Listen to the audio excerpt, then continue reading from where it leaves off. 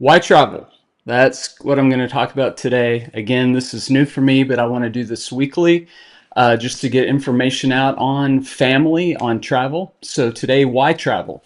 I think travel has been one of my most endearing, wonderful things that I've done in my life. I've been able to travel to over 30 nations. My wife and I have got to travel to many of those nations together. We've taken our children to many nations of the world. My oldest son, through his career, has got to experience other nations that I've not even been to. I think that, like I said last time, travel is a way to make core, lasting memories with your family. My kids don't remember a lot of the things that we did at home, but they can recall almost every vacation that we've been on. One of our most expensive vacations was years ago. We went to Hawaii. And I don't know why that was one of their favorite vacations, other than it was the most expensive. But they do recall all the times that we've had to travel to the airports early in the morning to catch a flight, or the cruises that we've taken to Mexico, the Bahamas. Like I might have mentioned last time, we're gearing up to take our first ever cruise on Royal Caribbean to Alaska. That'll be coming up this September.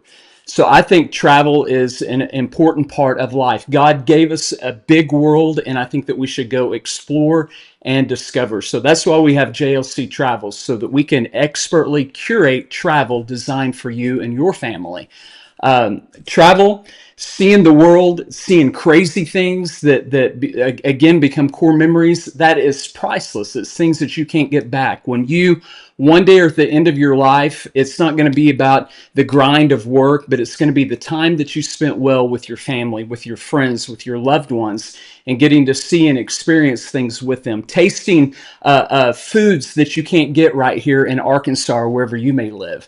I've often said that it's amazing to travel to other nations, especially. You get off the plane, and immediately from the atmosphere, from the smells, you can tell that you've entered into a different world. And then you sit down around the table when you're in Peru or Brazil or Nepal or India or wherever it may be, Cuba. You sit down at the table and you realize the food is different. It tastes different. The textures are different. And it gives you an appreciation of what God did in creating the world, designing the world with, I believe, us in mind so that we could enjoy. He gave us the earth to populate it, to rule over it, but he also gave us the earth to enjoy. So we should travel, do those things.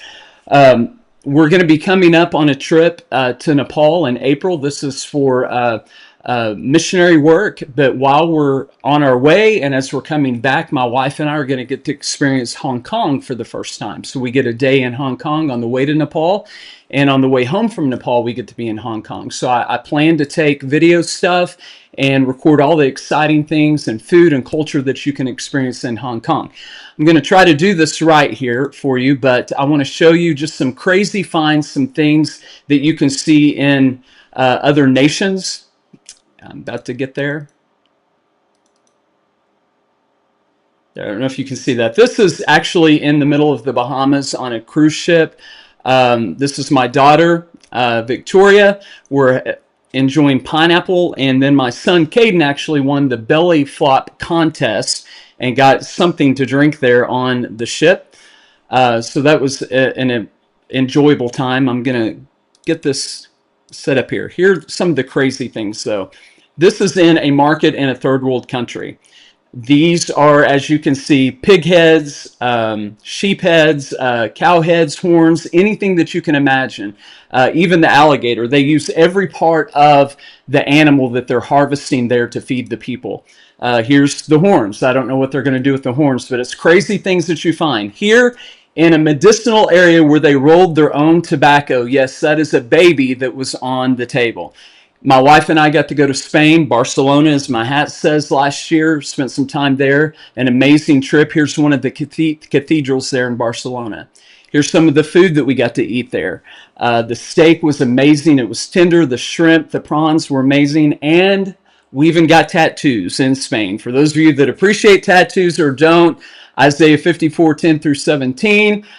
This was a good reminder of my trip to Spain. My wife and I, a few years ago, went to Italy, and this is Cinque Terre, and just another one of those enjoyable places that you can go to. that you're not going to find in Bentonville, Arkansas. So this is why we encourage people to travel beyond the destination. Don't just do the regular thing that everyone wants to do. I'm trying to find out how to get off of this. Sorry. Tatiko's not here with me today, and as you can tell, I'm not as good at this as he is. Well, there did it.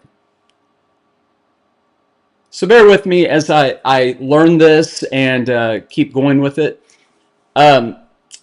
Again, if you need to travel, you can contact me, even if I can help you just with some flights, or I could book a trip for you. Next week, I'm going to be much better at this, and I'm going to talk to you about group tours and how you can plan that.